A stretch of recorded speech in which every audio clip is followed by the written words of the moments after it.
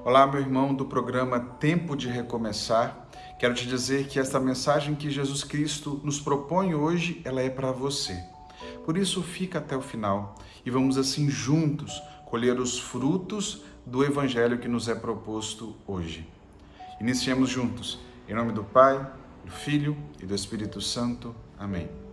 Vamos pedir a presença dos nossos anjos da guarda para que eles nos ajudem e assim possamos juntos receber todas as graças, frutos desta meditação.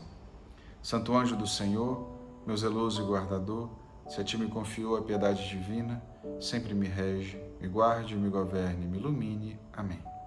O evangelho que nós vamos meditar, que nos é proposto hoje, é Mateus capítulo 26, versículos de 14 até 25. E este evangelho, essa situação, geralmente ela é meditada na quarta-feira santa, justamente porque é o dia em que Judas decide trair Jesus.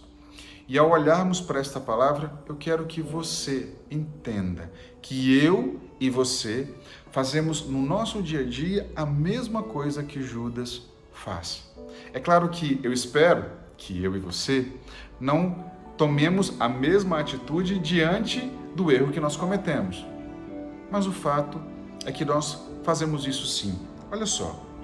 Então, um dos 12, chamado Judas Iscariotes, foi até o chefe dos sacerdotes e disse: "O que me dareis se eu o entregar?" Fixaram-lhe então a quantia de 30 moedas de prata, e a partir disso ele procurava uma oportunidade para entregá-lo.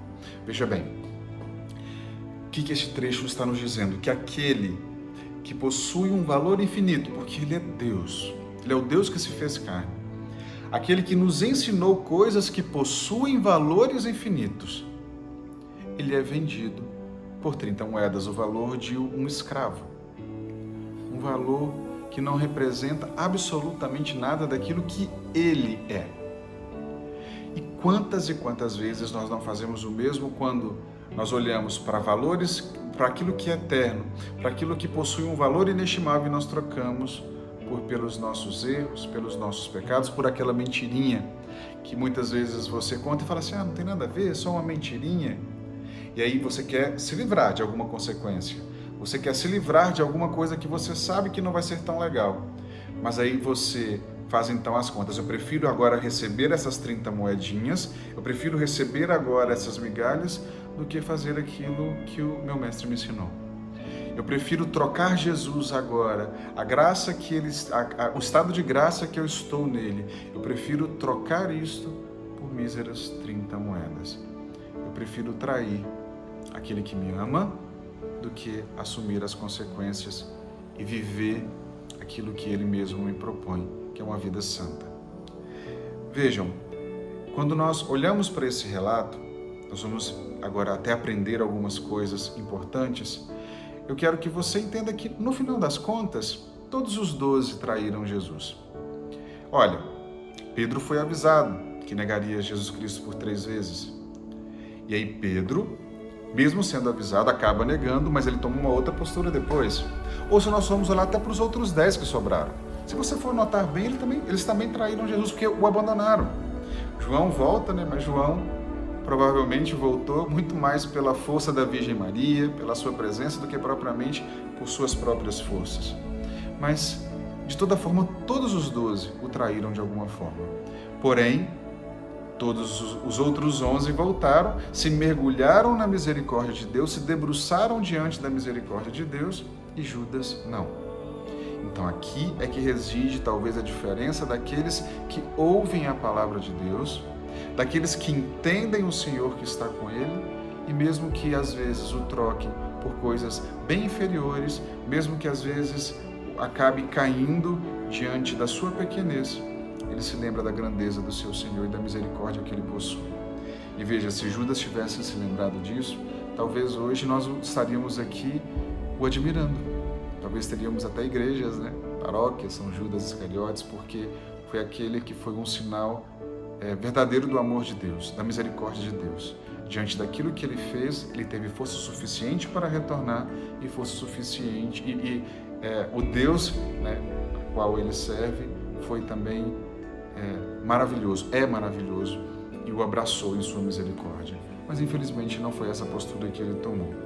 E aqui, para que eu e você não façamos a mesma coisa que Judas fez, existe um ensinamento importantíssimo neste texto que eu julgo que para mim e para você ele é essencial para que nós não tomemos a mesma postura que Judas tomou.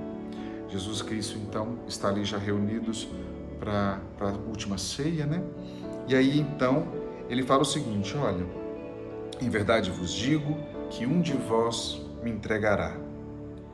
Eles, os apóstolos, muito entristecidos, puseram-se um por um a perguntar-lhe: acaso sou eu, Senhor? Vejam como é grande a humildade dos apóstolos. Eles já caminhavam com Jesus, estima-se aí, possivelmente há cerca de 3 anos. Eles conheciam o seu mestre e eles sabiam que ele era tão amoroso, ele era tão sábio, ele os conhecia tão profundamente, que se ele estava dizendo aquilo, os apóstolos confiavam mais na palavra dele do que na deles mesmos. Porque olha só, todos ali, todos os 11, nenhum deles haviam maquinado, haviam programado algum tipo de traição a nosso Senhor Jesus Cristo. Eles vão, no final das contas, como eu já adiantei aqui, eles vão de alguma forma traí-lo. Mas não tinham na sua cabeça este plano, a não ser Judas. Judas já estava com isso na cabeça, de poder entregar nosso Senhor Jesus Cristo. Mas, mesmo eles examinando a consciência deles, mesmo eles não encontrando isso, eles sabem que são capazes de fazê-lo, porque se assim o seu mestre está dizendo, isso quer dizer que eles precisavam acolher aquilo e se perguntarem: será que sou eu? Será que sou eu que farei isso? Será que sou eu, Senhor, que vou cometer este pecado e darei assim as costas para o Senhor? Será que sou eu que vou traí-lo? É importante fazermos essa pergunta. Quantos e quantos talvez estão ouvindo essa reflexão desde o início e ao invés de trazer para si mesmo e perguntar: será que esta palavra é para mim? Será que de fato no meu dia a dia eu não estou traindo a Jesus com o meu pecado, com o meu erro? E ao invés de trazer para você, você pensa assim: poxa, fulano tinha que estar escutando essa palavra agora, hein? O ciclano deveria estar fazendo isso. A impressão que eu tenho é que se fosse eu e você no lugar lá de um daqueles 11 que sobraram, a gente diria assim: eu tô achando que é o João, ou então eu tô achando que é o Pedro. Ao invés de olhar para nós mesmos, a gente começaria: não, peraí, aquele dia ali, o Bartolomeu, ele falou uma coisinha, eu tô achando que é ele.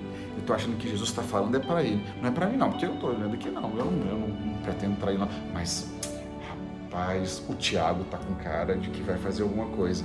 Ou seja, ao invés de nós tomarmos a palavra que Jesus nos fala e primeiro deixar que ela toque o meu e o seu coração, seja por 2 motivos, seja para que a gente não traia Jesus, ou se caso a nossa fraqueza for maior, a nossa miséria for maior, nós nos lembremos que maior ainda é a misericórdia de Deus e, portanto, a palavra que Ele semeou no meu e no seu coração possa assim render frutos e eu voltar então à presença dEle,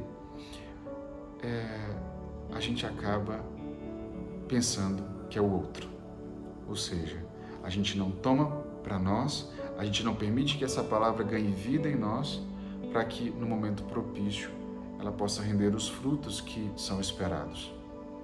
E aí acaba que a gente muitas vezes traz Jesus e nem percebe, continua com as nossas misérias, continua sem pedir perdão, não buscamos a confissão, não buscamos os sacramentos, não buscamos uma vida de fé, não buscamos viver santamente e continuamos aí, vivendo a vida, traindo, trocando os bens eternos pelos bens passageiros, trocando aquilo que tem um valor inestimável por 30 moedas, porque achamos que essas 30 moedas valem muito. Essas 30 moedas a gente pode fazer aquilo outro, pode receber tal benefício, pode de alguma forma receber algo aqui neste mundo e assim traímos aquele que nos amou e deu a vida por nós.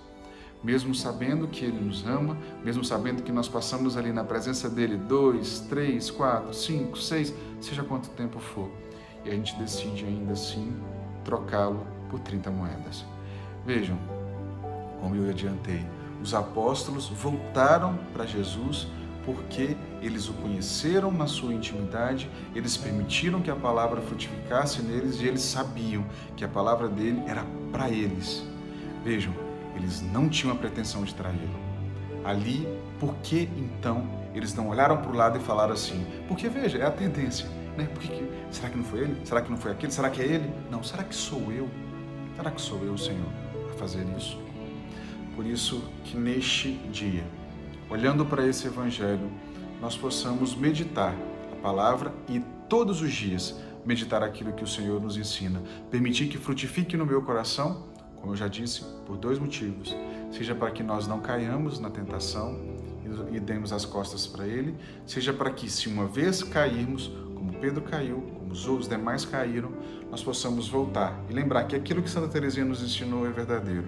Ainda que juntássemos todos os pecados de todos os tempos, de todas as pessoas que já passaram e daquelas que virão, a impressão que nós temos é que é uma pequena gota frente a um mundo, a um braseiro infinito que é a misericórdia de Deus. Por isso, quando essa gota cai, na misericórdia de Deus, essa gota ela some, porque o calor da misericórdia de Deus é muito maior.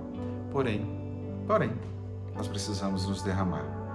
A postura de Judas foi de um arrependimento que não acreditou que Deus poderia trazê-lo de volta, que poderia perdoá-lo, que o amor e a misericórdia dele era infinitamente maior.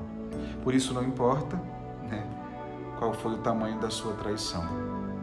O que importa é que o amor de Deus está disposto a te acolher de novo. E se você agora está enfrentando uma cruz, e essa cruz fez com que você corresse, volta. Por isso não importa qual foi o tamanho da sua traição. O que importa é que o amor de Deus está disposto a te abraçar mais uma vez. E se por acaso você está enfrentando alguma cruz e isso te fez correr, lembre-se, é sempre tempo de voltar, tá bom? Um abraço, que Deus te abençoe, que nós possamos sempre caminhar e trazer para nós a palavra de Deus, para que possamos assim um dia alcançarmos a santidade. Deus te abençoe. Em nome do Pai, do Filho e do Espírito Santo. Amém.